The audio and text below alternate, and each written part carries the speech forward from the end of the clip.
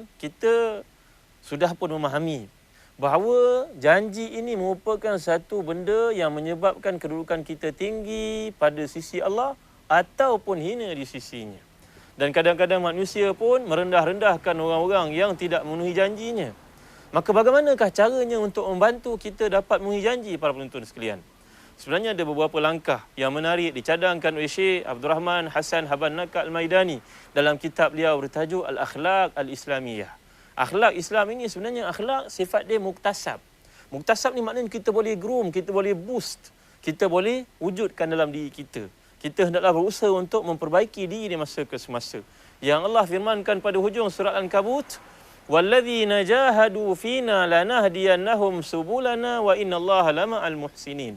Orang yang nak memperelokkan dirinya, nak mujahadah diri, nak tazkiyatun nufus, Allah pasti bantu dia. Jadi para penonton sekalian, sebenarnya nak jadi orang yang menepati janji ni ada beberapa langkah, kata Syekh Abdul Rahman Hassan Habban Naka Al-Maidani. Iaitulah nombor satu, mestilah selalu berfikir dalam diri kita. Letakkan dalam diri kita, kita nak jadi orang yang paling baik.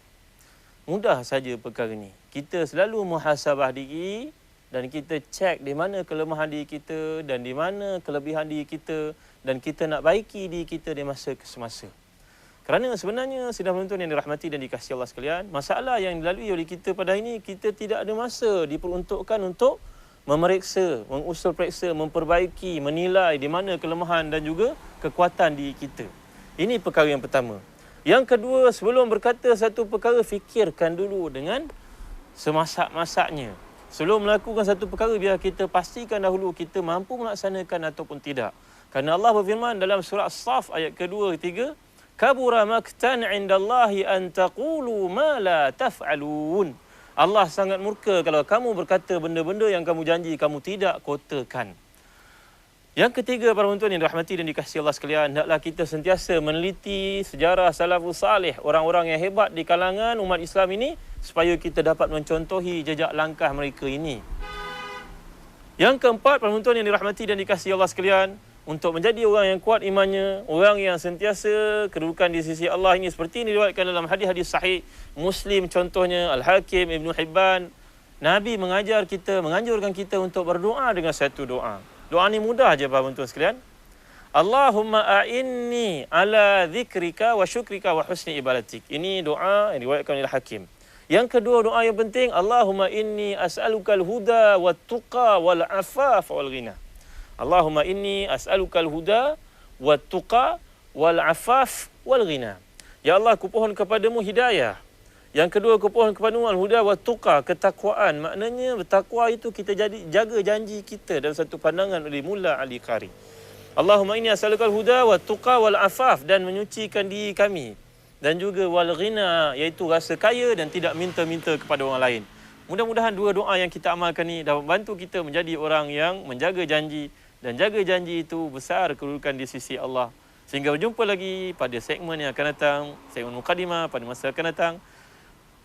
Wassalamualaikum warahmatullahi wabarakatuh.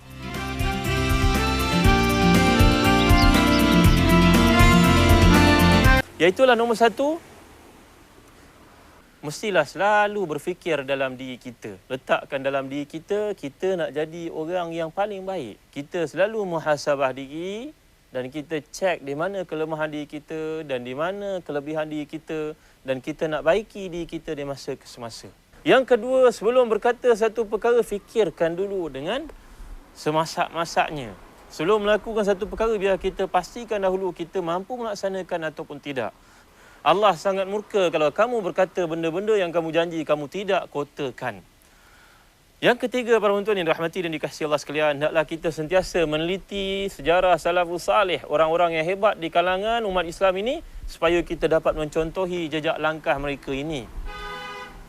Yang keempat, para penonton yang dirahmati dan dikasihi Allah sekalian, untuk menjadi orang yang kuat imannya, orang yang sentiasa kedudukan di sisi Allah, Nabi menganjurkan kita untuk berdoa dengan satu doa. Allahumma a'inni ala dzikrika wa syukrika wa husni ibadat. Yang kedua, doa yang penting, Allahumma inni as'alukal huda wat tuqa wal afaf wal ghina. Allahumma inni as'alukal huda wat tuqa wal afaf wal ghina.